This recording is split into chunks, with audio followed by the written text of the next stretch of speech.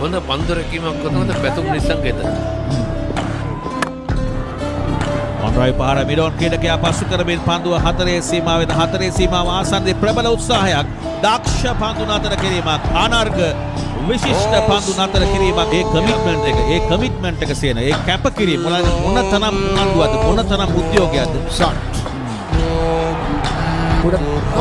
දක්ෂ පන්දු රැකීමක්. විශිෂ්ට ගණයේ පන්දු රැකීමක්. උඩ පන්දුවක් රැක ගැනීමට නොහැකි වුණත් අනිවාර්යයෙන්ම ලකුණු 6ක් වකා ගනිමින් ලකුණු දෙකකින් සීමා කිරීමට සමත් වෙනවා. පැතුම් නිසංක දිනක සේවාව. ඉත දක්ෂ පන්දු රැකීම. දක්ෂ පන්දු රැකීමක්. හේතු වශයෙන්ම ලකුණු 4ක් බලකොල් ලැබුවා.